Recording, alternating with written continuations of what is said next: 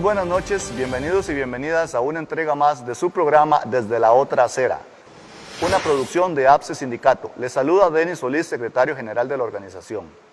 Para el día de hoy estaremos desarrollando el tema Latinoamérica, neoliberalismo y COVID. Y es que este tema se las trae. Para este programa tendremos la participación especial del señor Rotzaid Rosales, politólogo de la Universidad de Costa Rica, el señor Mario Morán de FLATEC, la Federación Latinoamericana de Trabajadores de la Educación y la Cultura desde Argentina. También contaremos con la presencia de Lourdes Molina del Instituto Centroamericano de Estudios Fiscales, quien nos acompañará desde Guatemala. Y también contaremos con la presencia de Byron Giral, ex representante estudiantil en la Universidad Pedagógica Nacional desde Colombia. Y es que este tema se las trae. Vamos a hablar hoy del neoliberalismo, ¿verdad? Un modelo que se ha desarrollado en Latinoamérica durante prácticamente más de 50 años, ¿verdad? Y que hoy en época de COVID estamos sintiendo grandes efectos de este modelo que se ha aplicado en nuestro continente.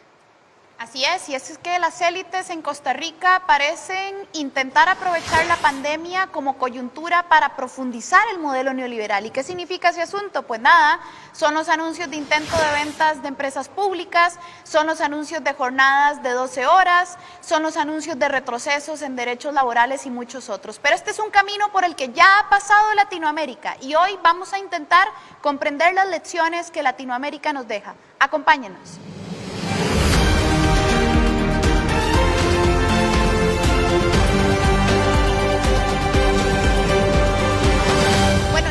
Estamos hablando sobre Latinoamérica, neoliberalismo y coronavirus. ¿Será que el rumbo que nos quieren recetar en Costa Rica solo está pasando acá?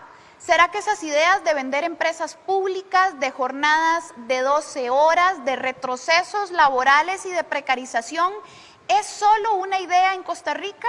¿O será que hay otros países que ya pasaron por allí? Veamos el siguiente video en donde el expresidente ecuatoriano Rafael Correa nos cuenta qué pasa con el Ecuador en media pandemia, una historia latinoamericana.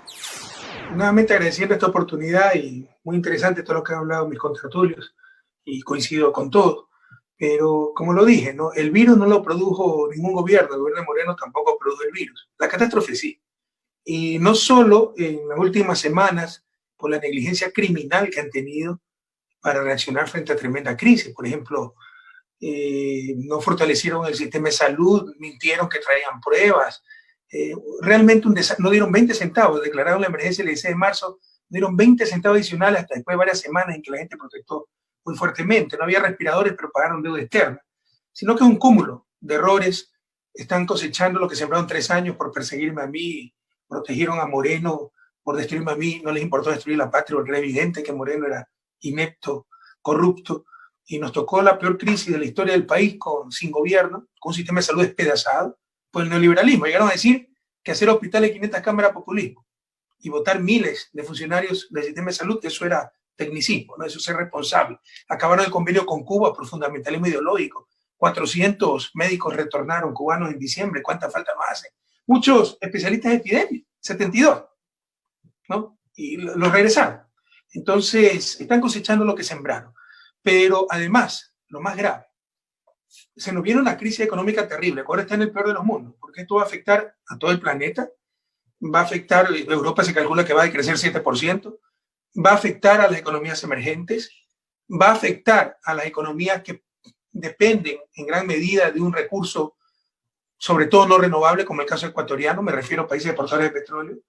Pero el caso ecuatoriano, además, es más grave, porque no tenemos moneda nacional. Te va a afectar muchísimo a esos países que renunciaron, como decía Amado, a su soberanía monetaria. ¿Cuánta falta? Y eso es lo que no se habla.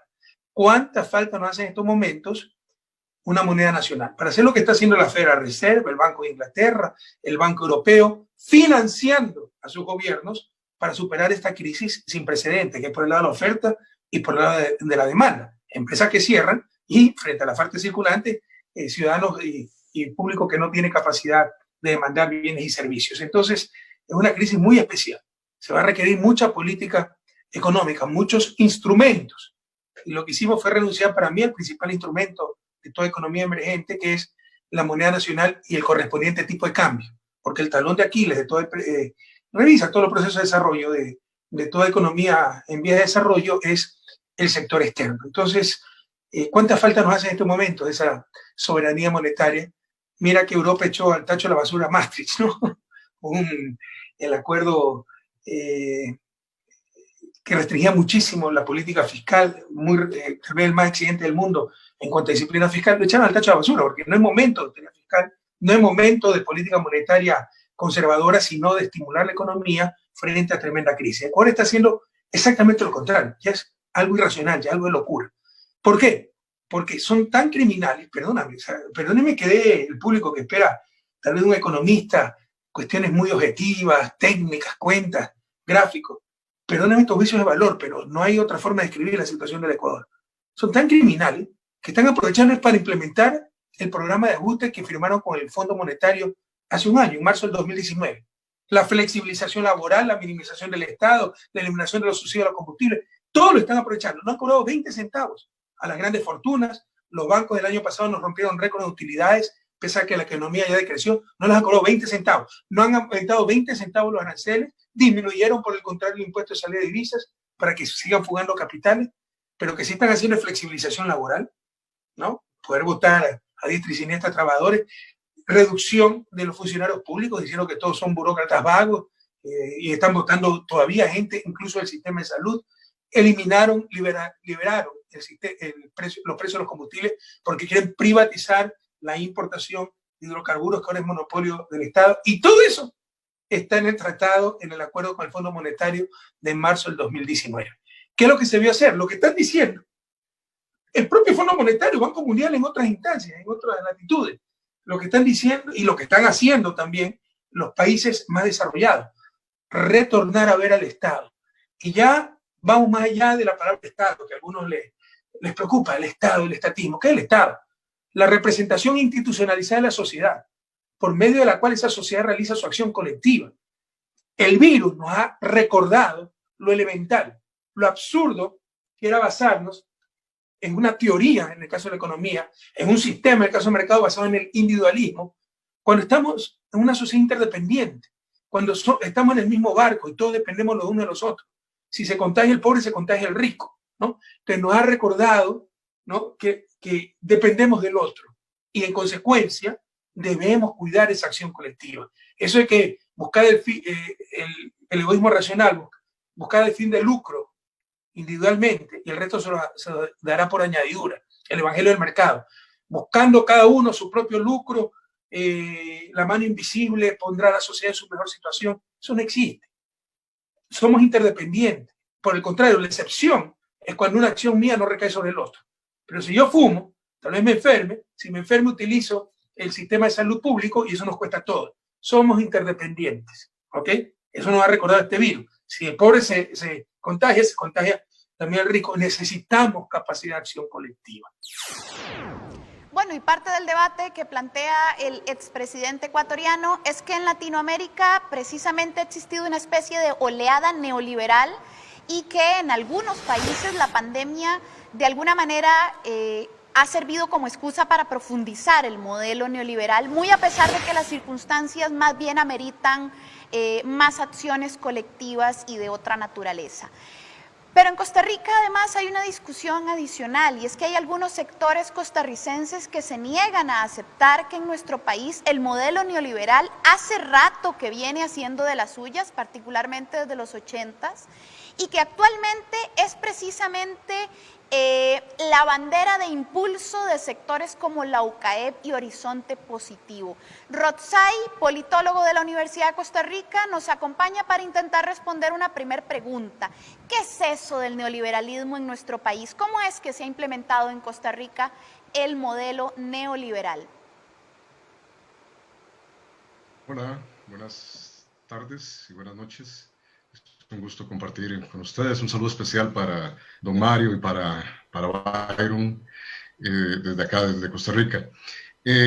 Bueno, el neoliberalismo podríamos partir, como hacíamos en la universidad, de alguna definición operacional sencilla. El neoliberalismo es la reposición ya no solo en el modelo fundamental de producción y económico en general de los países, del mercado por encima de cualquier otra lógica de articulación de relaciones de poder en la sociedad, hablo específicamente de la sociedad civil o del propio Estado, y es, repito, la imposición del mercado como esa abstracción que en realidad tiene consecuencias materiales muy evidentes y que vamos a observar ahora, pero es el mercado el que define en términos generales todas las esferas de la actividad social y humana. Entonces deja de ser el neoliberalismo, o nos apartamos de la visión estrictamente económica para ubicarnos frente a una estrategia, finalmente,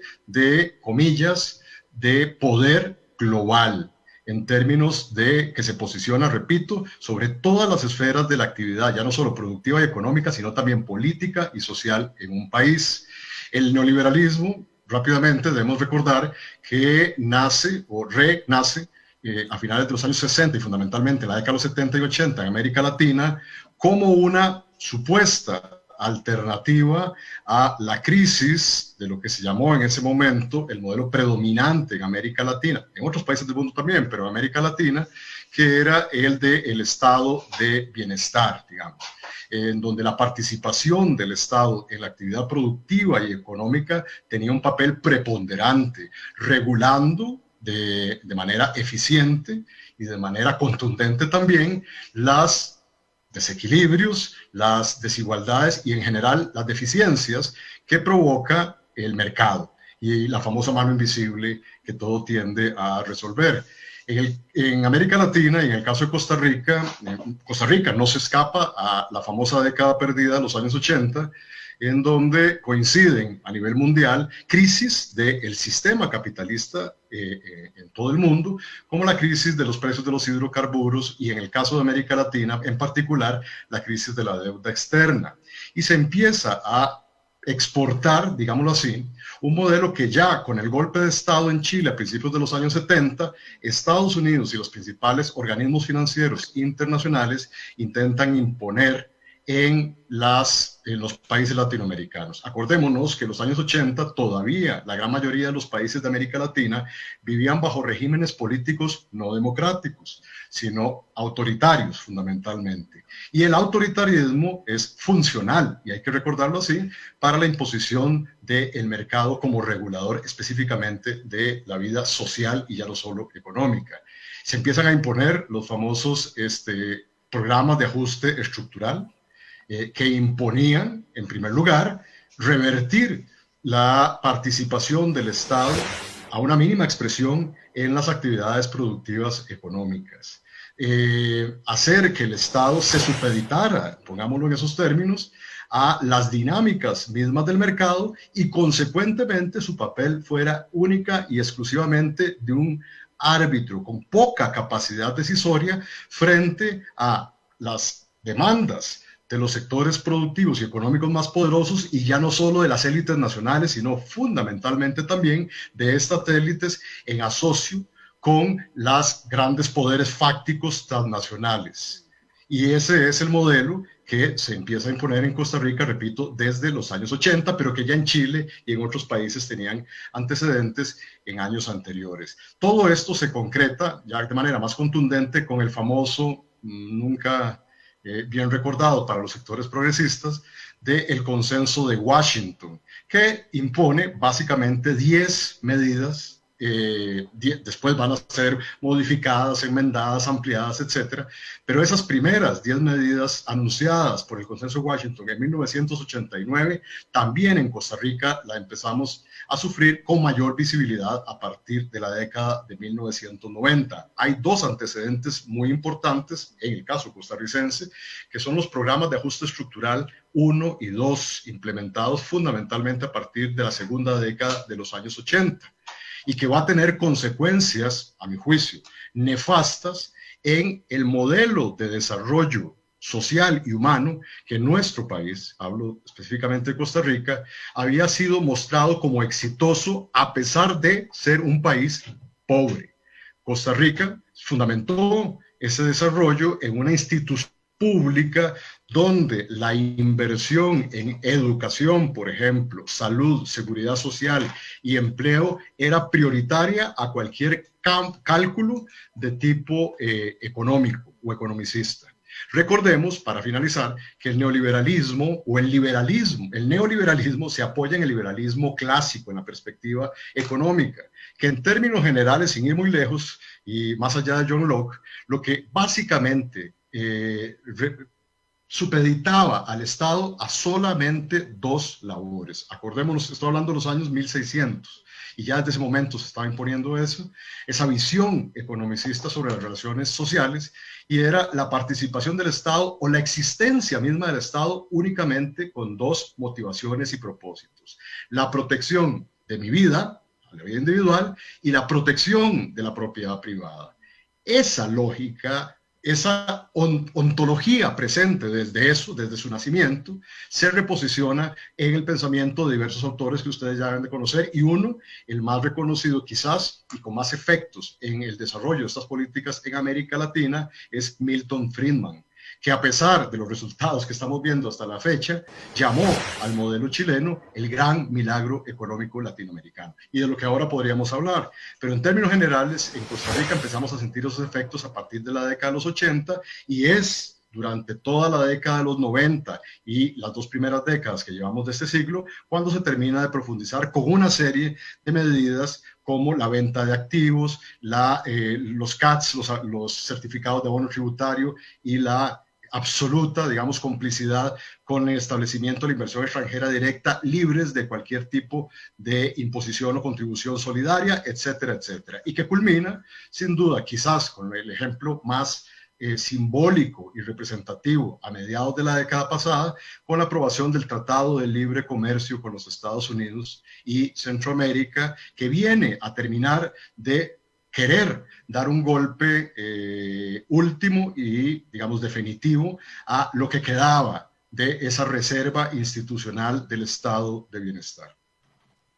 Así es, y es que el hecho de que en Costa Rica aún exista la Caja Costarricense del Seguro Social o el ICE u otra serie de entidades públicas, el hecho de que existan no significa que no ha habido una profundización del modelo neoliberal. En realidad lo que significan es que ese Estado social de derecho que se construyó hace ya más de medio siglo en Costa Rica resistió una parte de la embestida neoliberal, o ha resistido, pero ese colchón de resistencia de nuestro Estado social de derecho se ha ido debilitando. Cada vez tenemos entidades públicas más debilitadas desde adentro, cada vez es más clara la embestida mediática en contra de las empresas públicas como Recope, de entidades autónomas como las universidades públicas. Está claro que se quiere retroceder en materia de derechos laborales. En Costa Rica actualmente se discute una ampliación de jornada de 12 horas, devolviéndonos 100 años. Esos son principios de acción neoliberal en donde, como bien indica Rotzai, el centro, el fundamento es que el mercado debe mandar. Y si en el mercado hay que trabajar 15 horas como esclavos, pues es lo que el mercado dice. Esos son principios de un modelo económico, de una forma de hacer economía que ha ido traspasando a lo social y lo político, incluyendo las esferas de poder, como bien apuntaba Rotzai. Pero esta historia tiene puntos compartidos con otros países latinoamericanos, porque acá cada país lo ha vivido a su manera, de acuerdo a su contexto y a sus realidades, pero sí hay un eje transversal de intento de neoliberalización en toda Latinoamérica. Nos acompaña don Mario Morán de Flatec. Don Mario, desde allá, desde Argentina, ¿cómo es que se vive en Sudamérica la pandemia? ¿Cómo es que las élites económicas en Sudamérica intentan aprovecharse de la pandemia para profundizar el modelo neoliberal? No solo América Latina, sino el mundo, y especialmente el mundo capitalista, venía en un rumbo que aun cuando no estuviera exento de conflictos, no obstante eso, digamos, por lo menos en esta parte del mundo, la parte occidental, el capitalismo se iba desarrollando en esta forma de neoliberalismo que describió muy bien Rotzai, y que más allá de conflictos que hubiera por allí y por allá, digamos, se iba imponiendo con esta tesis del neoliberalismo, que exigía un mercado absolutamente libre y además un Estado mínimo, de manera tal que todo esfuerzo popular por un lado y colectivo por otro se viera frustrado por las leyes del mercado. Lo describió muy bien Rosay, así que yo voy a exceptuarme de hacer la misma descripción. En lo que se refiere a América Latina, nuestra región, no está exenta de un fenómeno que es necesario analizar para poder contextualizar muy bien los fenómenos que nos acontecen. Y es que desde hace ya un tiempo todos los países estamos en búsqueda de un nuevo orden mundial. Siempre ha habido orden mundial en el globo. Es decir, y ese orden mundial siempre fue el producto de una guerra. Los vencedores imponían al resto del mundo y a sí mismos instituciones que eran las que iban a marcar cómo iba a ser a partir de entonces, a partir de esa victoria, la vida social, política, económica, cultural, etc. Y esto era lo que estaba pasando en nuestra sociedad antes de la pandemia. Iba este mundo capitalista en general derecho a desarrollar un tipo de vida en todos esos aspectos que estaba hecho a gusto y a piacere de los nuevos amos ideológicos del mundo, que eran los neoliberales. Nuestro país no ha estado exento de eso, hasta hace poco, donde teníamos un gobierno absolutamente neoliberal, además de mafioso, porque esta es la verdad, y bueno, tuvimos la suerte de cambiar ese gobierno por un gobierno de corte nacional y popular. Y esto nos salvó de ser víctimas del neoliberalismo más crudo. Es decir, lo que está pasando en Costa Rica, por ejemplo, nosotros no lo estamos pasando porque el nuevo Estado es un Estado popular. Y al ser un Estado popular, prioriza el trabajo, la producción y la vida humana por sobre el mercado. Esto es lo que ha resultado como que el enfrentamiento a esta peste mundial haya sido bastante exitoso hasta el presente. Pero, digamos, volvamos al punto de partida. Un nuevo orden mundial, hasta que estábamos buscando ese orden mundial, hasta que apareció esta pandemia. Yo suelo decir, a modo de ejemplo, que esto es la Tercera Guerra Mundial. ¿Por qué? Porque todos los órdenes mundiales son el producto de una guerra. No ha habido en la historia ningún ejemplo de un orden mundial que no haya surgido de una guerra. Y las últimas dos guerras, especialmente la Segunda Guerra Mundial, dio lugar a el orden mundial que vivimos nosotros hasta ahora. Que todos sabemos se está resquebrajando, se está deconstruyendo, y que está dando paso a la idea de que es necesario refundar este orden mundial. Y bueno, esta Tercera Guerra Mundial es la guerra de la naturaleza, a través del COVID, contra la humanidad en su conjunto. Y es por eso que nosotros vemos cómo algunos estados fracasan en su enfrentamiento al coronavirus. ¿Por qué? Porque confunden el enemigo. Y creo que en América Latina y en América en general hay buenos ejemplos de esto. Por ejemplo, el ministro de Salud de Chile, ahora el ex ministro, porque ahora ya renunció, decía, esto es apenas un bichito malo que se va a volver bueno con el tiempo. No se daba cuenta que ese era el enemigo. Bolsonaro dice todavía, de esto es una gripecina, que ya va a pasar, algunos muertos va a haber, pero este no es el enemigo. Lo mismo le pasó a Trump en Estados Unidos. El enemigo es China, porque China nos mandó esta peste. Se equivoca, no fue China, fue la naturaleza. La naturaleza que se cansó de estar siempre depredada, siempre menoscabada, siempre es reducida a vasallaje del ser humano. Lo más sagrado que tenemos, nosotros creemos, es la madre.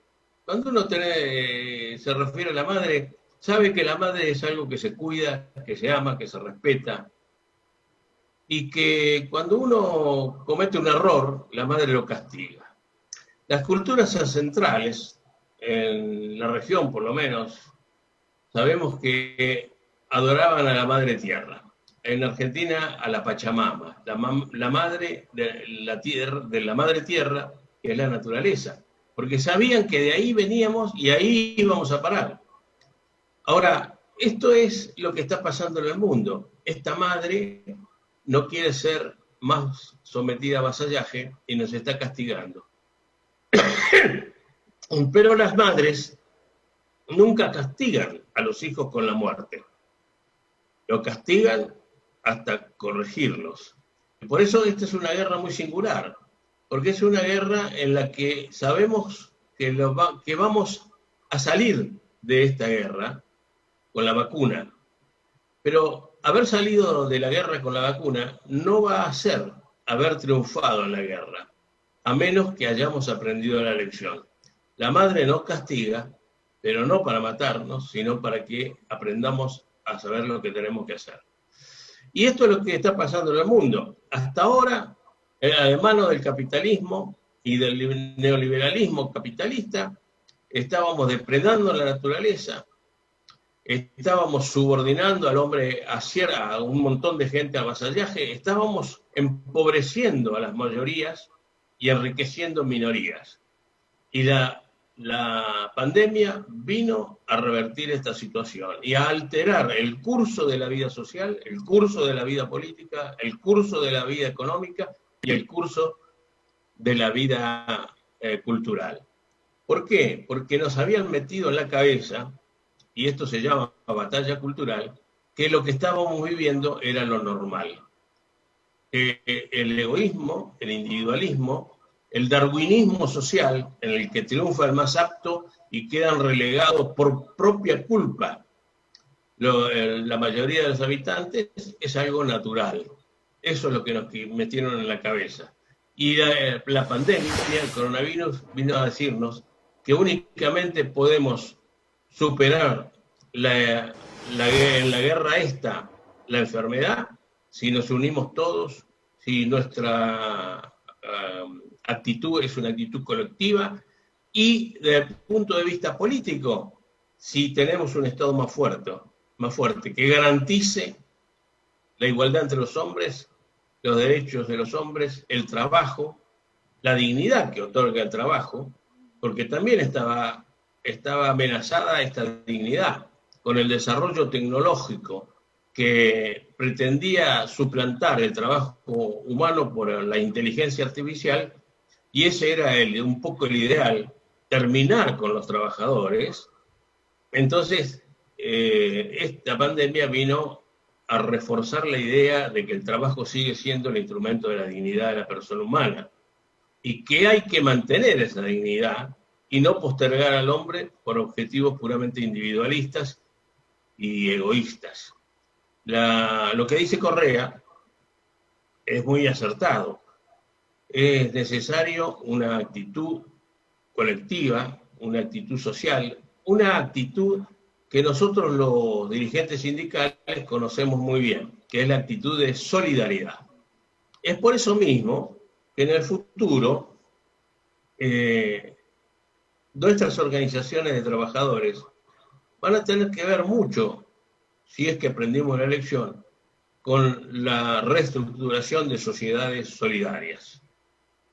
Así que, bueno, no sé si con esto más o menos respondo esas preguntas, y si no, en todo caso, me piden precisiones. Muchísimas gracias, don Mario. Ojalá efectivamente que las lecciones de la pandemia las podamos aprender acá en nuestros países en Latinoamérica. Y nos acompaña también Byron Giral desde Colombia, ex representante estudiantil. Byron, ¿cómo se vive la crisis agudizada por la pandemia allá desde Colombia? En primer lugar, enviarles un cordial saludo a Mario, Rotzai, Denis Solís y Sofía Guillén. Muchas gracias por este espacio porque nos permite pensar de manera estructural en lo que sucede en América Latina. Para Colombia, por supuesto que la pandemia ha traído efectos muy fuertes en torno a la salud pública.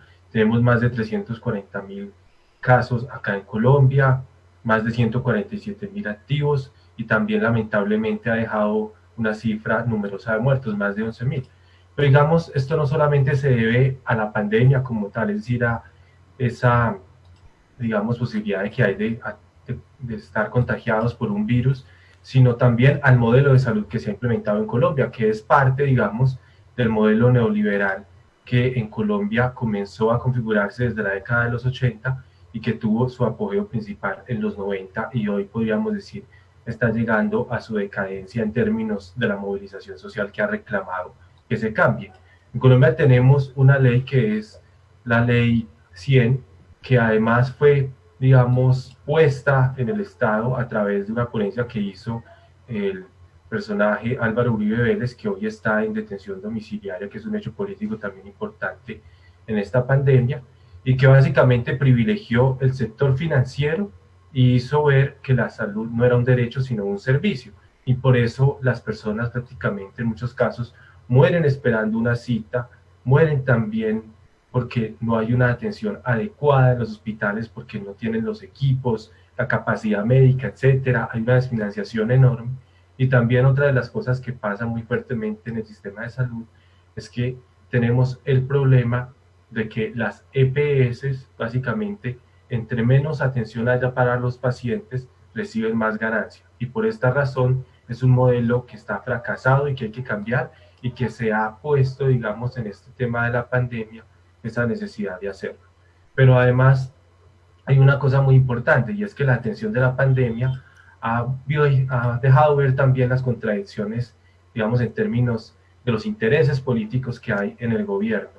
Por parte del gobierno nacional hemos visto un interés muy signado por atender las cuestiones económicas, es decir, por darle prioridad a que las personas sigan trabajando como si nada estuviera pasando, y por el lado del gobierno de Bogotá, con un sector alternativo que está en ese gobierno, en la capital de la ciudad, en cabeza de la alcaldesa Claudia López, lo que hemos visto es una serie de políticas y de medidas enfocadas sobre todo a la prevención y a que el contagio del virus no se expanda de manera rápida.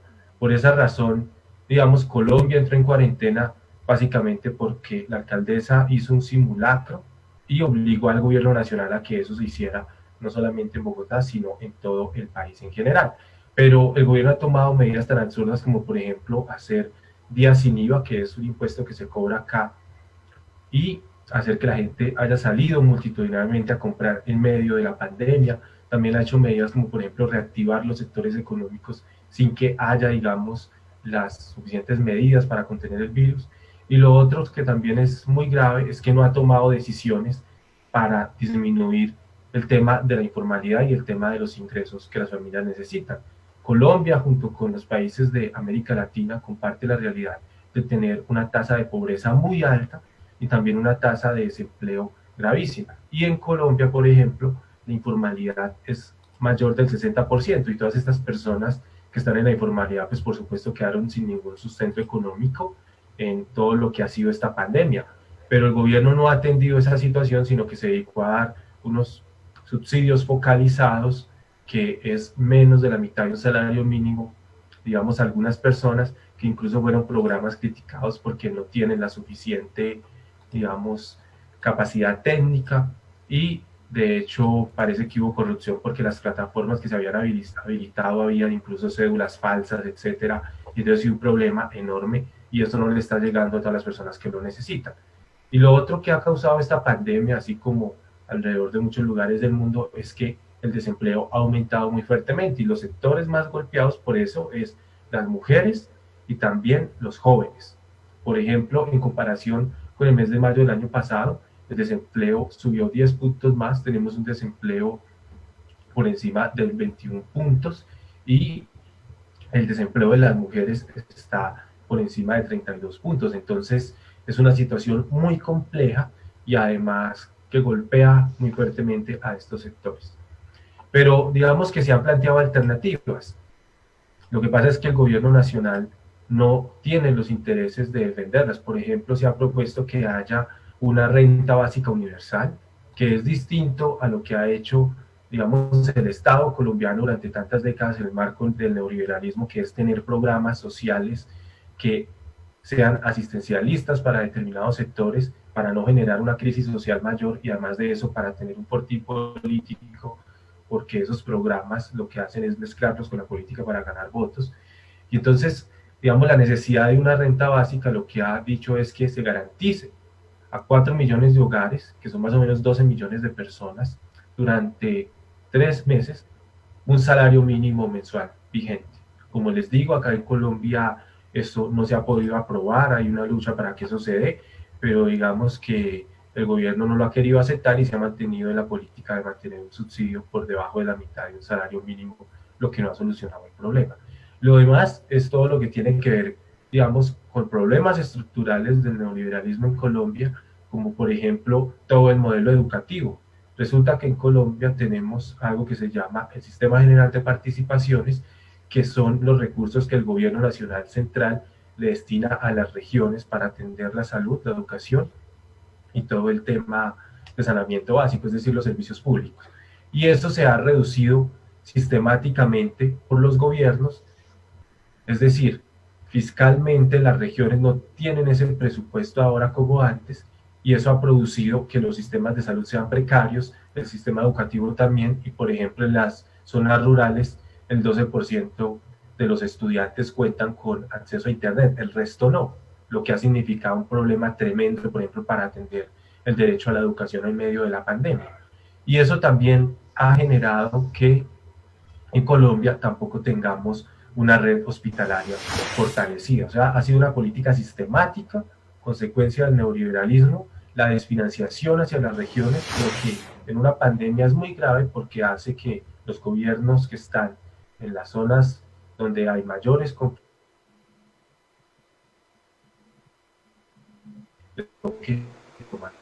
Y lo otro es que, digamos, las medidas que el gobierno ha tomado para la pandemia son el mismo recetario que toma como si no hubiera pandemia. Y por esa razón se ha planteado, por ejemplo, en los múltiples decretos que el presidente ha expedido, hacer unas reformas tributarias para básicamente disminuirle los impuestos a las empresas extranjeras y aumentárselos a los sectores medios en Colombia y a los pobres. Y también, de hecho, ha dado en esa posibilidad de hacer el presupuesto para el próximo año unos recortes enormes en materia, por ejemplo, de ciencia y tecnología. Hay hoy un recorte del 30% para el próximo año, lo que significa un contrasentido, porque el país debería estar invirtiendo en estos ámbitos, sobre todo para que se pudiera atender con toda la capacidad científica el tema de la pandemia, de posibles alternativas médicas, etcétera, para esto. Y también, a pesar de que se ha mantenido un enfoque, digamos, en dar unos recursos para el tema social, estos recursos, como los digo, son limitados, son escasos y no tienen como principal motivación atender los problemas estructurales, como por ejemplo el del desempleo.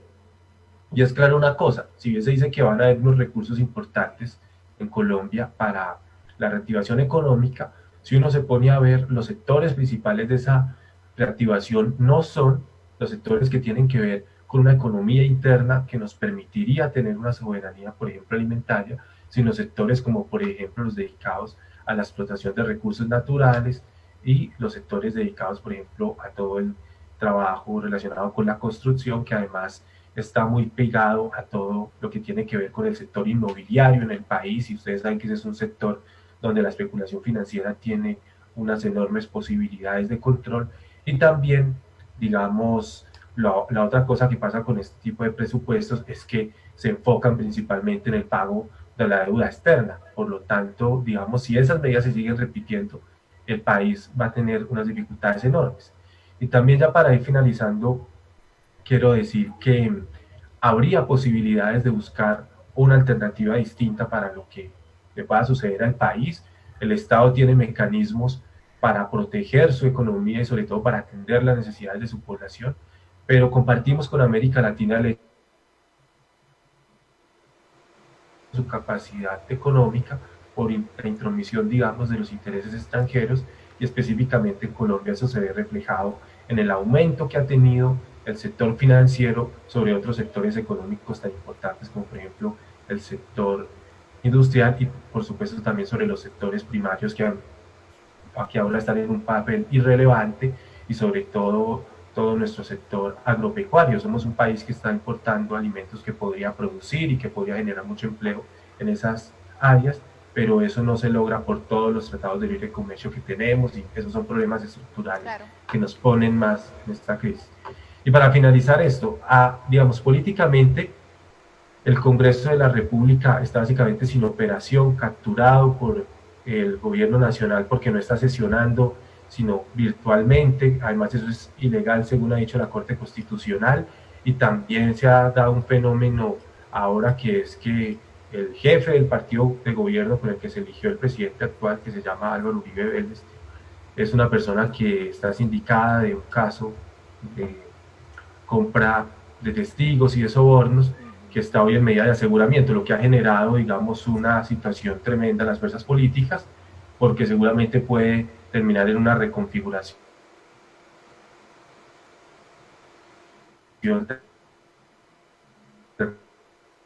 y participación, incluso llegará al gobierno en unas próximas etapas electorales, y que la movilización social se fortalezca, porque antes de la pandemia Colombia estaba en movilización desde el año pasado. Muchísimas gracias, Byron. Es una pintura bastante completa la que nos dejas sobre Colombia, pero además cuando escuchamos este tipo de intervenciones de repente, y acá desde Costa Rica nos podemos dar cuenta de cómo realmente ese modelo neoliberal ha estado presente en muchísimos países de Latinoamérica, y aún hoy lo está a diferentes magnitudes, con distintas profundidades, pero que ciertamente ahí está, ¿no? Yo escucho cosas que con las diferencias del caso por acá ocurren, ¿no? Informalidad, más desempleo de mujeres y jóvenes, recortes en ciencia y tecnología y educación, pagos de deuda externa, tremendo problema que tenemos acá en Latinoamérica, sector financiero privilegiado, en fin, bueno, además advertencias importantes para la sociedad de acá, ¿no? Para Costa Rica, lo que significan sistemas económicos excluyentes en el que ya no hay educación inclusiva, en el que ya la salud no se puede dar en condiciones óptimas. Tremendas lecciones nos dejan estas palabras, ¿no? Sí, por supuesto, un tema sumamente amplio, ¿verdad? Vemos que a lo largo de décadas, ¿verdad?, este modelo se ha desarrollado, ¿verdad?, y se ha distribuido por lo que es Latinoamérica, causando efectos terribles, ¿verdad?, que se han visto incrementados y han estallado grandemente, ¿verdad?, en este momento de pandemia, que, bueno, al menos en Costa Rica, gracias a un Estado social de derecho que hemos defendido, ¿verdad?, diferentes sectores, es que le hemos podido hacer frente un poco, ¿verdad?, a esta pandemia, y reducir, ¿verdad?, ese impacto que tal vez sí han tenido mayormente, ¿verdad?, en otros países. Estamos hablando, por ejemplo, de la defensa que hemos dado de la caja, que a pesar del debilitamiento, ¿verdad?, y de las políticas que se han implementado de parte de gobiernos y estructuras internas, ¿verdad?, para debilitarlo y así justificar en determinado momento la privatización, aún así la caja ha dado la respuesta adecuada, ¿verdad?, en el caso de nosotros en educación, por ejemplo, también.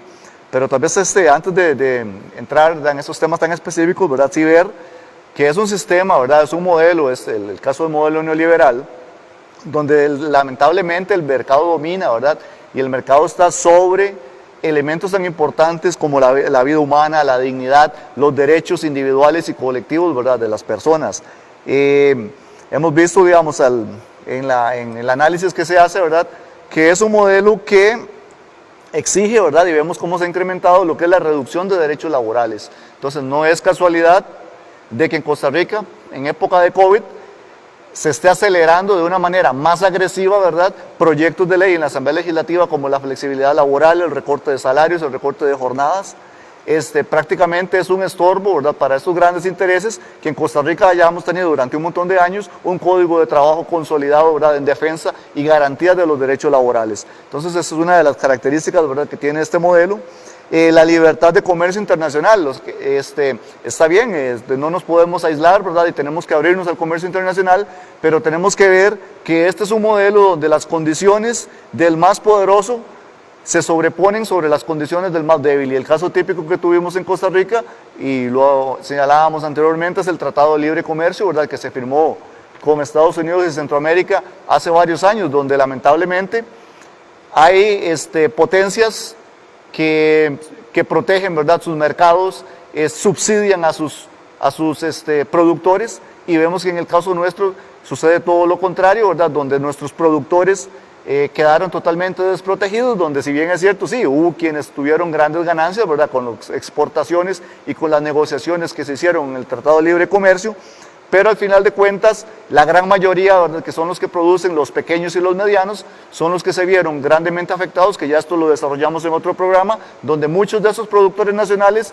llevaron a la quiebra, inclusive perdieron sus propiedades y quedaron en la ruina, ¿verdad?, por las políticas implementadas, ¿verdad?, en lo que es los tratados de libre comercio, en esto que se llama libertad de comercio internacional, pero que sí es importante, ¿verdad?, pero resulta que este modelo, quien no se le acomoda a los grandes intereses, ya resulta a veces hasta bloqueado, ¿verdad? Vemos países a nivel internacional que como no se han acomodado a estos intereses, ¿verdad?, del mercado, de los grandes organismos internacionales, reciben hasta cierto tipo de bloqueos, ¿verdad? Entonces, al final de cuentas, ¿dónde está ese libre mercado, verdad?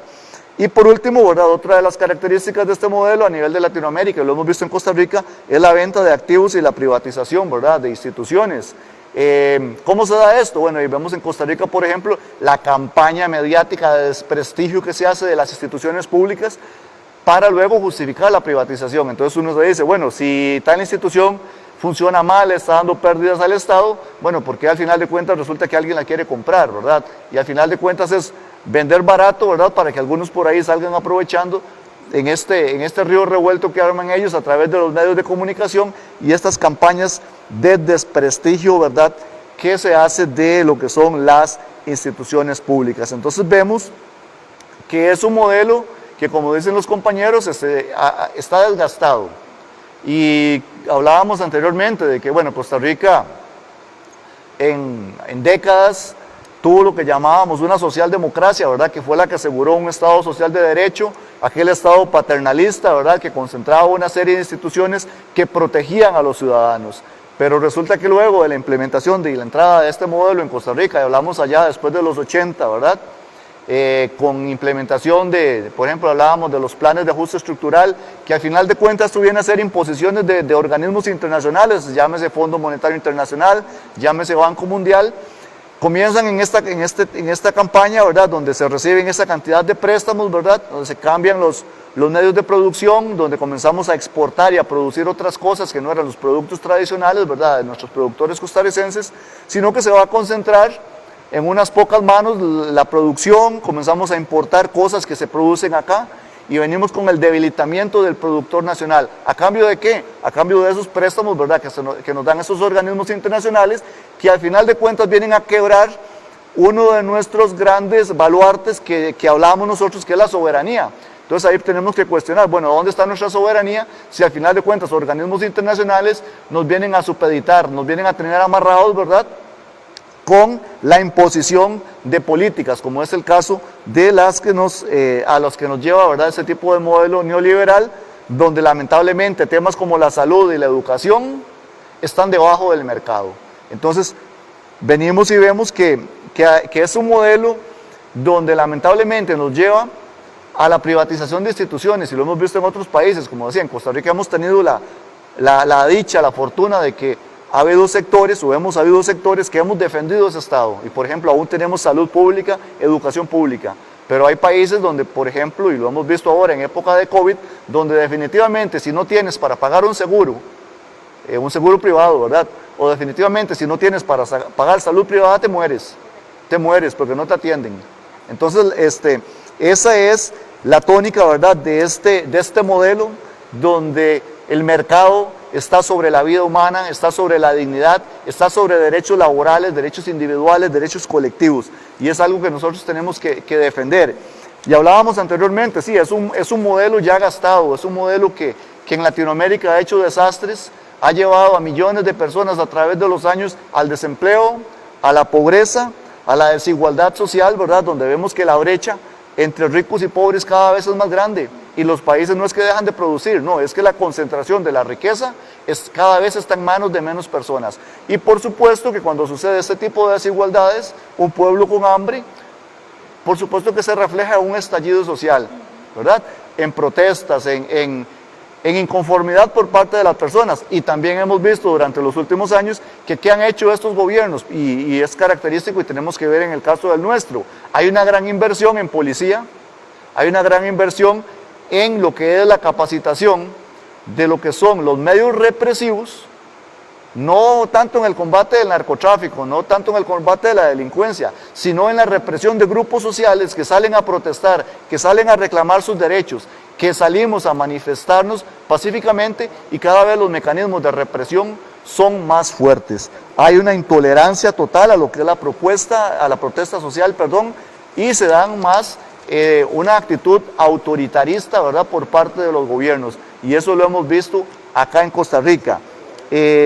Y tal vez para agregar un poco más de esto, es preocupante, ¿verdad?, ver que en época de pandemia de COVID no hay una respuesta satisfactoria, ¿verdad?, en lo que es reactivación, en lo que es ayuda a los sectores más pobres, a los trabajadores, sino que lo que se ha dado es una intensificación, como decíamos anteriormente, en la reducción de derechos laborales, recortes salariales, impuestos al pueblo, y no se tocan a las grandes riquezas. Vemos que los espacios televisivos en este momento, por ejemplo, este programa que hay los domingos en la mañana, usted ve que los invitados que están ahí son los que salen en todos los canales y son los mismos que han estado hace varias décadas tomando las mismas decisiones, llevándonos por el mismo rumbo que nos ha incrementado la pobreza y la desigualdad.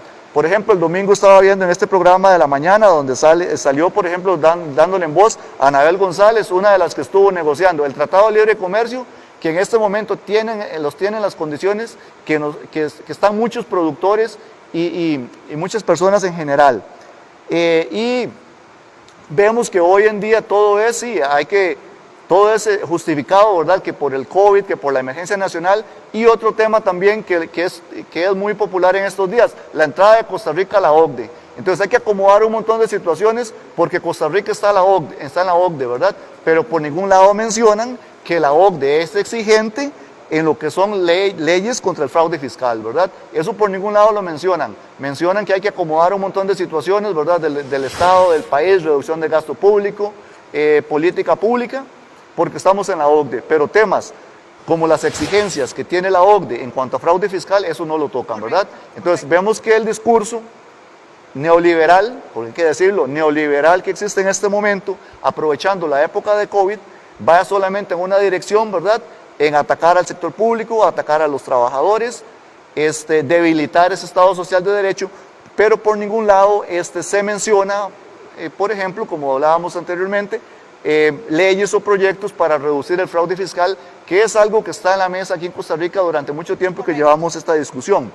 Y tal vez para finalizar, sí decir que hay que tener mucho cuidado, ¿verdad?, de ciertos sectores que tratan de sacar provecho desde el punto de vista económico, desde el punto de vista político, y es este gobierno netamente neoliberal, extrema derecha, ha impulsado políticas agresivas en contra de los trabajadores y del pueblo costarricense. Y es preocupante, por ejemplo, una campaña que se hace a veces en redes sociales de decir que este gobierno es de línea comunista o de línea progresista, socialista. O sea, este gobierno no tiene ningún tipo de corte socialista o progresista. Los sectores progresistas que apoyaron este gobierno en determinado momento han recibido un espaldarazo total de este gobierno, porque este gobierno puede que en su discurso en determinado momento haya sido progresista, en su discurso, pero en el accionar ha resultado totalmente neoliberal, y en época de COVID ha aprovechado la situación más bien para impulsar una agenda empresarial y una agenda que responde a directrices de organismos internacionales, como hablábamos de Fondo Monetario Internacional, de Banco Mundial, y ahora, ¿verdad?, que con el ingreso a la OCDE se ha incrementado más este tipo de políticas.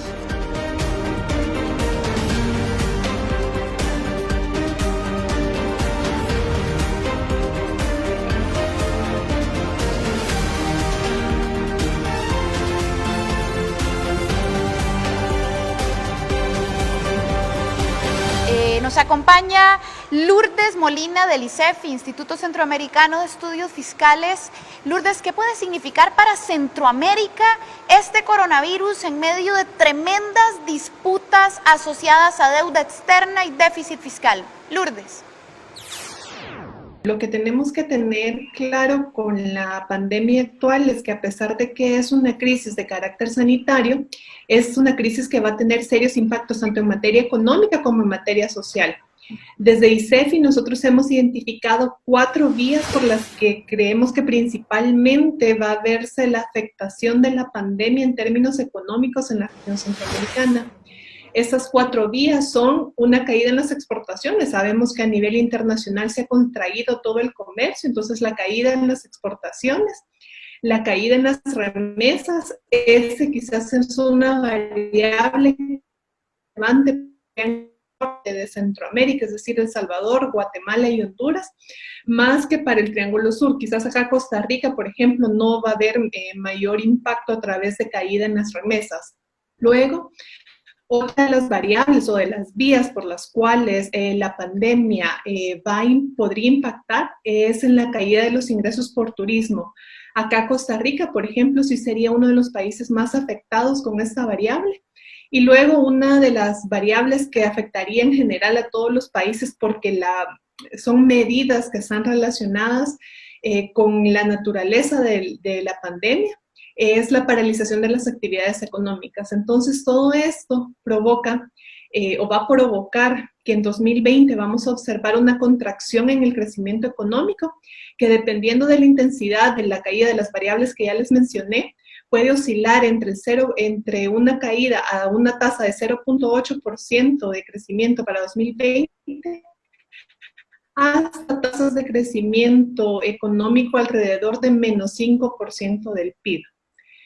Esto, cuando vemos, también se traduciría en otro de los impactos significativos que tendría es la pérdida de empleos, que podría variar de acuerdo a los diferentes escenarios. En un escenario muy optimista, que en realidad cada día más se va descartando, se perderían alrededor de 400,000 empleos en la región centroamericana. Pero en los escenarios más pesimistas, que lamentablemente parece que es a los que nos estamos acercando, se perderían alrededor de 1.9 millones de empleo. Esto lo que haría sería profundizar aún más las desigualdades que ya existían. O sea, aquí tenemos que aclarar que si bien los efectos de la pandemia van a ser bastante grandes, no es que estábamos en una buena situación previo a la pandemia. Entonces, por ejemplo, esperamos un incremento en el número de personas que viven en situación de pobreza.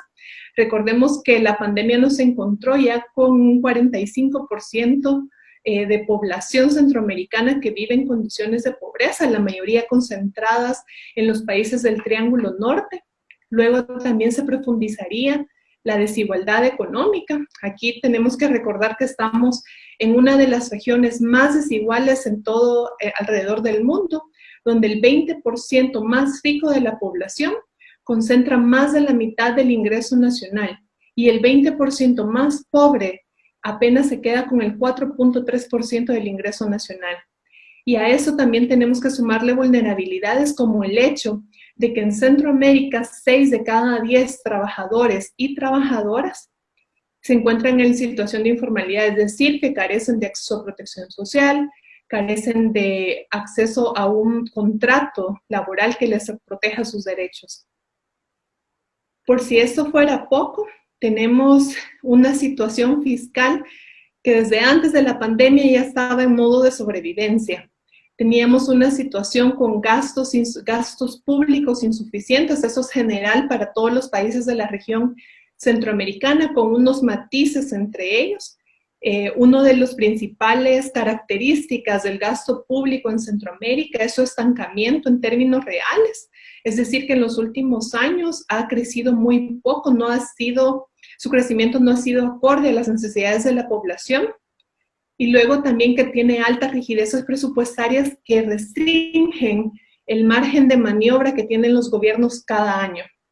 Luego teníamos presupuestos específicos para áreas de salud, educación, nutrición, protección social e infraestructura que eran cada vez más pequeños. Y a eso le tenemos que sumar problemas de ineficiencia y corrupción. Luego, la pandemia también nos encontraba por el lado de los ingresos con serios problemas estructurales, con bajas cargas tributarias que tenían una tendencia a la reducción y que además son cargas tributarias regresivas, es decir, que se basan sobre todo en impuestos indirectos, impuestos que se le ponen al consumo y que por lo tanto afectan más a las personas con menos ingresos. Y sobre todo, si por supuesto fuera poco, también tenemos que reconocer los grandes problemas de deuda pública que tenían nuestros países. Aquí quizás El Salvador y Costa Rica son los dos que preocupan más por sus altos niveles de endeudamiento, lo que también limitaba esa capacidad de maniobra y de acceso a nuevas fuentes de financiamiento que tenían los países de la región centroamericana. Eso es cómo nos encontró la pandemia en términos fiscales. Y ahora con la pandemia, con la caída del crecimiento económico, con las restricciones para la actividad económica y la pérdida de empleos, lo que nosotros esperamos es, en materia fiscal, definitivamente una disminución, una caída en la recaudación tributaria de los gobiernos centrales. Aquí, en el caso particular de Costa Rica, ya era una carga tributaria que se estaba estancando, que apenas se esperaba en el presupuesto de 2020, en el presupuesto aprobado, que alcanzara los 13.3 puntos del PIB. Se espera que para ese año cierren 12.6%. Todos los países de la región experimentarían pérdidas en su recaudación tributaria. Por otra parte, y debido a la naturaleza y a los impactos de la pandemia, los gobiernos han tenido que reaccionar y como consecuencia de esto se ha visto un incremento en el gasto público, que quizás el país que más ve ese aumento, esa diferencia, es El Salvador, que incrementaría en la región centroamericana, sería el que más incrementaría su gasto respecto al Producto Interno Bruto, con 6.5% del PIB. Panamá le seguiría. Costa Rica y Nicaragua son los países que menos aumento presentarían en su gasto como respuesta a la pandemia. Sin embargo, si vemos que la caída en los ingresos y el aumento del gasto, lo que nos provocaría entonces es un aumento en los déficits fiscales para los años 2020. El Salvador seguiría nuevamente el país con un mayor aumento en su déficit fiscal, con un déficit fiscal de alrededor del 12 puntos del PIB. Le seguiría Costa Rica con un déficit fiscal de entre 8.5%, 9% del Producto Interno Bruto. Y como consecuencia de esta pérdida en la recaudación, pero la necesidad de seguir incrementando el gasto público para poder atender la emergencia sanitaria, la deuda pública también aumentaría. Acá los dos países que nos preocupan más son tanto Costa Rica como El Salvador, porque como ya lo mencionaba anteriormente, ya desde antes de la pandemia tenían deudas públicas insostenibles. Para el caso de Costa Rica esperaríamos que alcanzara el 67.2% del PIB para 2020, mientras que en El Salvador la situación se vuelve aún más crítica con una deuda pública que para 2020 cerraría en alrededor del 92.1% del Producto Interno Bruto. Eso es muy complejo porque restringe incluso cuál va a ser la respuesta que los países puedan dar a la recuperación económica, cuáles van a ser, por ejemplo, las implicaciones para los presupuestos públicos de 2021. Esto puede provocar que esa necesidad de ajuste en las cuentas fiscales provoque decisiones erróneas que, en lugar de ayudar, agraven la situación fiscal de la región, y que incluso puedan vulnerar el bienestar de la región. Aquí hay que tener mucho cuidado con caer en la trampa de la austeridad. Esta situación tan compleja también nos habla de la necesidad de impulsar acuerdos fiscales integrales en la región centroamericana que me permitan alcanzar la suficiencia fiscal, la sostenibilidad fiscal, siempre bajo un principio de progresividad. Así es. De las intervenciones que hemos tenido con nuestros distintos invitados e invitadas, queda claro que en Latinoamérica tenemos enormes retos por delante, pero también que compartimos algunos de esos retos. Y es que el modelo neoliberal ha pasado por nosotros en mayor o menor medida según el país del que hablemos, pero está aquí. Es un modelo de casi 50 años que ha generado desempleo, desigualdad, pobreza, deuda externa, tremendos déficits fiscales de los estados. Acompáñenos al regresar del siguiente corte, porque vamos a hablar sobre el caso chileno y también sobre alternativas frente a esta embestida neoliberal.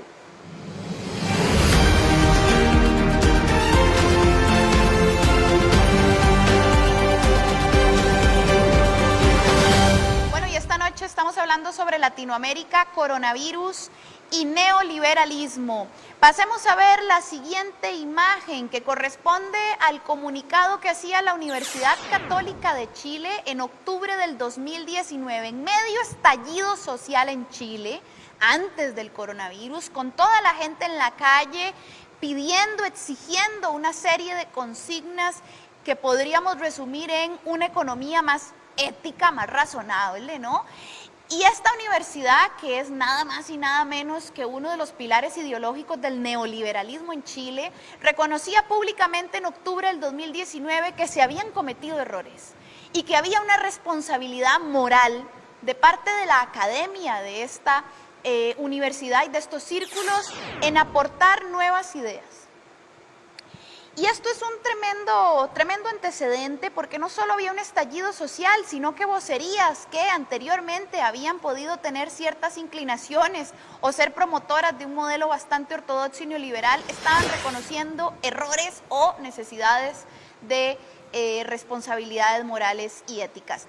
¿Qué lecciones podemos aprender del caso chileno? Un país que estalló antes de la pandemia, un estallido social de la gente que ya no podía más con esa economía individualista, egoísta, usurera. ¿Qué podemos aprender de Chile, don Mario? Bueno, creo que nosotros conocemos bastante bien el país, ya que somos cercanos, limítrofes, pero aparte de eso, porque en mi caso personal he estado varias veces en Chile. Y siempre escuchaba en mi propio país, por los sectores neoliberales, que Chile era un modelo que había que seguir. En realidad, yo ya había visto que Chile no era ningún modelo, al contrario, uno entraba en Chile y parecía un país muy próspero, pero apenas se adentraba al interior de Chile empezaba a ver el fenómeno de la pobreza y de la miseria con características enormes, de manera tal que no era lo que se decía que era. Y finalmente los propios chilenos, que habían aceptado un poco disciplinadamente la política y la economía que les habían impuesto, empezaron a reaccionar. Y reaccionaban con bastante furia frente a lo que empezaron a descubrir como grandes injusticias. Y eso fue todo antes de la pandemia. Las manifestaciones, las movilizaciones populares se seguían unas con otras sin ningún tipo de pausa. Y la pandemia en realidad vino en cierto modo, a beneficiar al gobierno, en el sentido de que la gente dejó de salir a las calles, por lo menos con la intensidad que lo hacía antes, y el gobierno tuvo una especie de pausa, una especie de tregua, y siguió haciendo su liberalismo a partir de aquella idea de que en realidad la pandemia o el coronavirus no era una cosa demasiado importante y que iba a pasar rápidamente. Bueno, no sucedió esto, Y el resultado de esto ha sido un enorme desastre en Chile, no solamente en lo que se refiere al tema de la salud, donde verdaderamente la gente, si no tiene recursos, no puede atenderse ni siquiera de un resfriado, porque toda la salud es paga, así como lo es paga también la universidad y la educación, y todo es pago, porque la idea del libre mercado supone que todas esas cosas tienen que ser asumidas por la población, por el que quiere usufructuarlas. De manera tal que la reacción de los chilenos ha sido una reacción popular.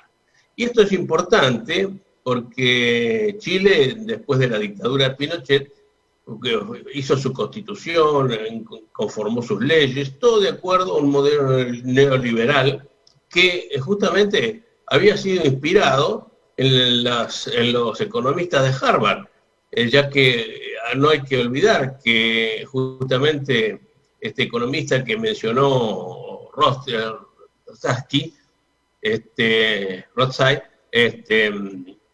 Milton Friedman, fue el asesor de Pinochet y fue el que llevó, además, a los estudiantes chilenos a la Universidad de Harvard a hacer sus publicaciones en el diario El Mercurio, el más importante de Chile, y a ocupar los altos puestos de la economía en Chile. Y eso convirtió a Chile en el paraíso del neoliberalismo. Bueno, los resultados están a la vista. Es un país en este momento que está no solamente depredado desde el punto de vista sanitario, sino también destrozada su economía. Y esto es una enseñanza también para los chilenos, pero es una enseñanza también para todos los latinoamericanos.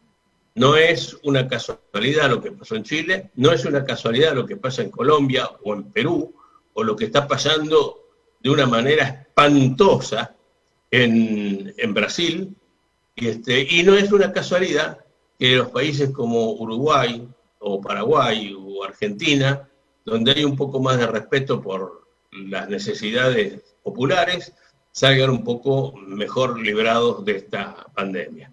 Así que hay una pregunta allí subyacente, que es ¿cómo se hace para que esta situación cambie? Y yo creo que hay una respuesta muy sencilla, si se quiere, y muy difícil de llevar a cabo, que es que esta pandemia nos está enseñando muchas cosas, pero lo que más nos está enseñando es que al poder de las grandes concentraciones de los organismos financieros internacionales, que son extraordinariamente poderosos, hay que ponerles el único poder que se les puede poner es el poder popular. Hay que organizarse popularmente y dar batalla, porque es la única manera de cambiar esta situación. Yo creo que esto tuvo su principio, su comienzo, en la primera oleada de gobiernos populares en América Latina, cuando estaba Chávez, Lula, Correa, Kirchner, etcétera, que llevó a la fundación de dos cosas muy importantes. Por un lado, la CELAC, que tendía a reemplazar a la OEA, que fue históricamente un organismo manejado por los Estados Unidos y en función de sus intereses. Y por otra parte, la UNASUR, en este caso de América del Sur, que se convirtió en un organismo con la idea de propender al rescate de la soberanía de los pueblos de la parte sur de nuestra América Latina. Esto retrocedió en estos últimos tiempos con los gobiernos liberales, pero como dijo el propio Correa, se trató de una oleada neoliberal. Esta oleada neoliberal está pasando, y no solamente está pasando, sino que con la ayuda de la pandemia va a pasar definitivamente al ocaso de la historia. Es lo que yo pienso, pero es lo que está en definitiva en manos de los pueblos. Si los pueblos saben reaccionar, si saben llevar a cabo esta función de empoderarse para defender la soberanía de sus naciones, para unirse todos en una sola fuerza regional que haga predominar los propios intereses por sobre los intereses de las grandes potencias, En ese caso, habremos aprendido la lección que nos ha querido dar la pandemia. De lo contrario, el rumbo seguirá de la misma manera que antes de la pandemia.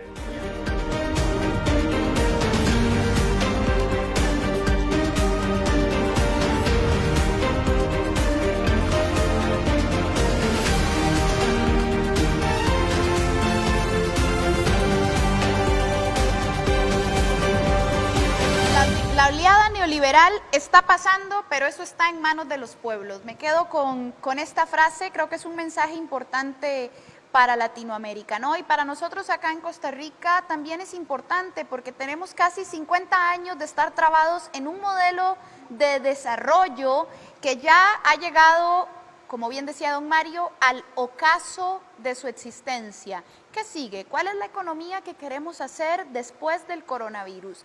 Lourdes, en temas fiscales en Centroamérica, con la complejidad del egoísmo de las élites centroamericanas, ¿cómo hacer para que de alguna forma podamos avanzar en materia fiscal hacia sistemas más justos, más progresivos y más solidarios en Centroamérica? Lourdes del ICEFI, adelante. A ver, si algo nos ha confirmado esta crisis, esta pandemia, es la importancia de lo público en la vida en sociedad. La forma, o sea, tener un sistema de salud público que garantice universalidad en el acceso a este derecho básico humano tan fundamental, creo que es una de las cosas que más nos confirma la importancia de construir lo colectivo, de reivindicar el rol del Estado en nuestras sociedades. Quizás acá tenemos que tener claro, por ejemplo, de que la política fiscal es una de las políticas públicas más políticas que existe. Ojalá y todas las decisiones de política fiscal en los países de Centroamérica se hubieran tomado a lo largo de la historia con base a argumentos técnicos, con base a argumentos objetivos de qué es lo bueno, qué política pública me genera mayores beneficios que costos. Ojalá y eso fuera así, pero la política fiscal en Centroamérica históricamente ha servido o ha sido capturada, cooptada para salvaguardar los intereses de las élites, y esto con cómo se ha diseñado tanto los instrumentos de ingresos como de gastos públicos.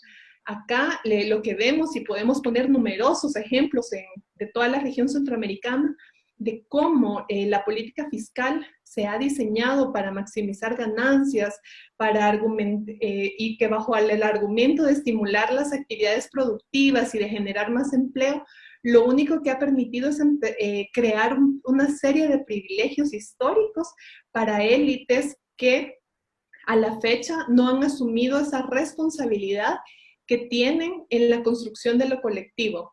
Básicamente se ha tratado de una privatización de las ganancias y una socialización de las pérdidas.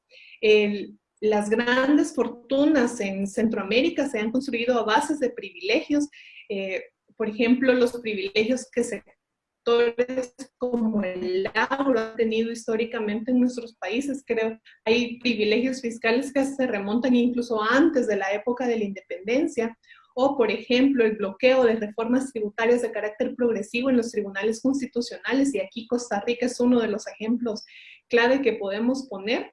Y luego cuando también las élites han presionado por medidas de ajuste en materia de política fiscal y de estabilización, que al final solo suponen o solo se traducen en un castigo, en un recorte, en una reducción al gasto social para poder así reducir déficits fiscales, pero en ningún momento se cuestiona, por ejemplo, subsidios a actividades como la actividad exportadora, que históricamente ha tenido subsidios y que en realidad sus supuestos beneficios aún siguen sin poderse demostrar.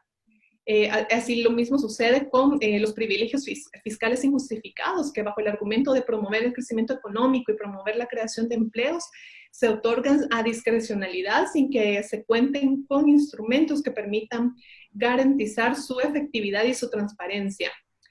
Actualmente, o en este contexto de pandemia, podríamos decir que los empresarios, los grandes millonarios, las grandes élites económicas en Centroamérica tienen ahora la obligación de ser quienes incluso sean quienes voluntariamente estén dispuestos a financiar el proceso de recuperación y de reconstrucción de las economías de nuestros países. Porque de no hacerlo, esto va a ser un proceso, vamos a tener un proceso de recuperación, pero en lugar de ser algo que beneficie rápidamente a la población, va a ser un proceso largo y doloroso, y que incluso podría provocar pérdida de espacios democráticos en nuestros países debido a la ingobernabilidad que se pudiera provocar. En este momento de pandemia, esto si lo sumamos con los problemas estructurales de la región, o sea, ya sabíamos que no estábamos en un paraíso, que todo estaba bien. Entonces la pandemia y esos problemas estructurales con los que se van a intensificar derivado de la misma, en el mediano plazo van a obligar a nuestros países a discutir acuerdos o pactos fiscales. Y aquí no estoy hablando solo de cuáles impuestos vamos a subir, o sea, no es solo un acuerdo de carácter tributario, sino acuerdos que busquen algo más que cuadrar las cifras, o que busquen algo más que ver que las cifras macroeconómicas se vean bien en nuestros países, sino que de lo que estamos hablando son de acuerdos nacionales, participativos, transparentes, con la mayor cantidad de actores de la sociedad, que busque tener países más democráticos, donde nadie se quede afuera, donde la política fiscal y el rol del Estado sea reivindicado para garantizar los derechos de las personas. Y quizás para resumir de qué hablo cuando hablo de estos acuerdos fiscales integrales, primero tenemos que responder 3 preguntas. Se puede resumir en la respuesta a esas 3 preguntas. ¿Qué tipo de países queremos? ¿Queremos países con sistemas de salud fuertes, capaces de enfrentar pandemias como la que estamos enfrentando ahorita? ¿Queremos sistemas de educación universales donde todos los niños y las niñas tengan acceso a salud? ¿Queremos países que garanticen la nutrición, o queremos países donde los niños y las niñas mueran de hambre? ¿Queremos países que avancen en esas sendas de carbono neutralidad, o queremos seguir dependiendo de países que dependen de combustibles fósiles? ¿Qué países son los que queremos? Una vez respondamos esa pregunta, tenemos que preguntarnos cuánto cuesta construir esos países.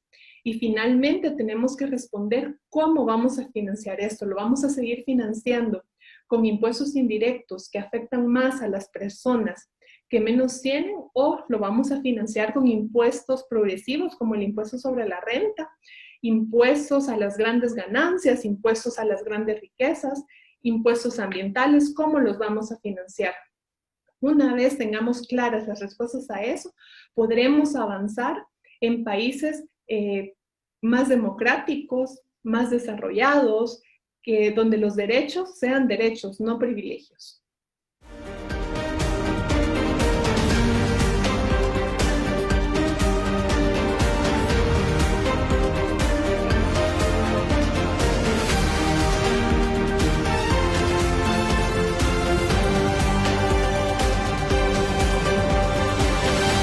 Bueno, y hemos llegado al final del programa, muy agradecida con las y los invitados que nos acompañaron esta noche y con quienes también nos vieron. Un mensaje de cierre, últimos minutos, don Mario, Byron y Denis. Don Mario, mensaje de cierre. Bien. Yo, en primer lugar, para agradecer la invitación, mi reconocimiento especialmente a APSE y a sus autoridades. No quiero olvidarme de Beatriz Ferretto, pero con muchísimo gusto he participado. No tengo mucha experiencia en este tipo de participaciones y me resulta a veces un poco difícil, pero ya me estoy acostumbrando porque me están invitando a muchos lugares a hacer este tipo de conferencias. Les agradezco mucho.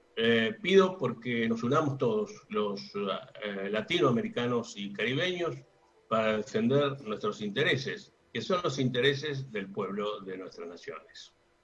Muchísimas gracias, don Mario, por acompañarnos desde Argentina esta noche. Byron, desde Colombia, un minutito de cierre. Muchas gracias. Yo creo que ante el fracaso del modelo neoliberal nos queda buscar alternativas concretas y claras. El Estado en medio de esta crisis podría usar varias. Es claro que acá los más neoliberales dogmáticos se han convertido en keynesianos a favor de sus intereses. El Estado podría emitir moneda para garantizar recursos para atender la salud pública y las necesidades más importantes de su población, hacer uso de las reservas internacionales que tiene, realizar una moratoria, digamos, al tema de la deuda pública, sobre todo la deuda pública externa, y también incluso una renegociación, hacer una suspensión a las exenciones tributarias que son completamente absurdas.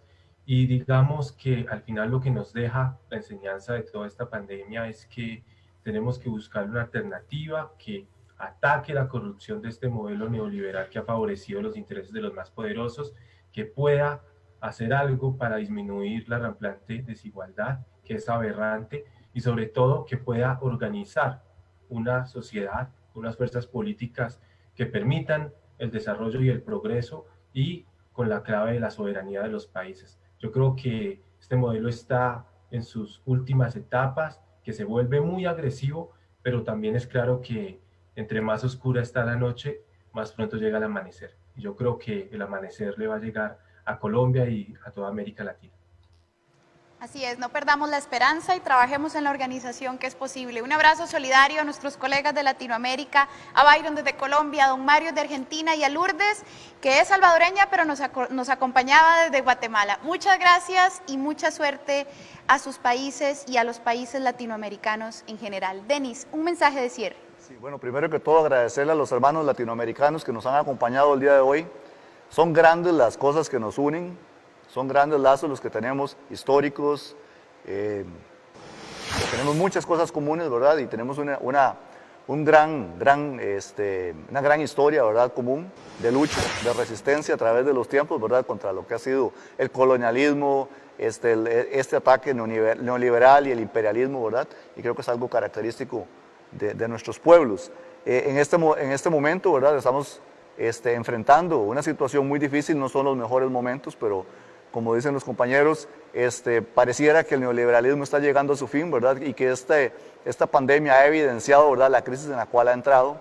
En Costa Rica, por ejemplo, nosotros hemos iniciado, ¿verdad?, una gran lucha de resistencia contra todo este ataque, ¿verdad?, que ha incrementado el gobierno, ¿verdad?, a través de las cúpulas empresariales y los diferentes poderes del Estado, ¿verdad?, en contra de los trabajadores y del pueblo costarricense. Por tanto, yo haría un llamado, ¿verdad?, a los diferentes sectores que nos unamos en este momento, sindicatos, sectores sociales, campesinos, estudiantes, feministas, pequeños y medianos productores, unámonos, busquemos una agenda en común, lleguemos a una mesa y propongamos. Hay muchos temas en los cuales podemos coincidir para poder hacer frente, ¿verdad?, a toda esta campaña agresiva que al final de cuentas nos afecta a todos, porque al final de cuentas todos somos una sola clase, somos clase trabajadora y somos pueblo costarricense.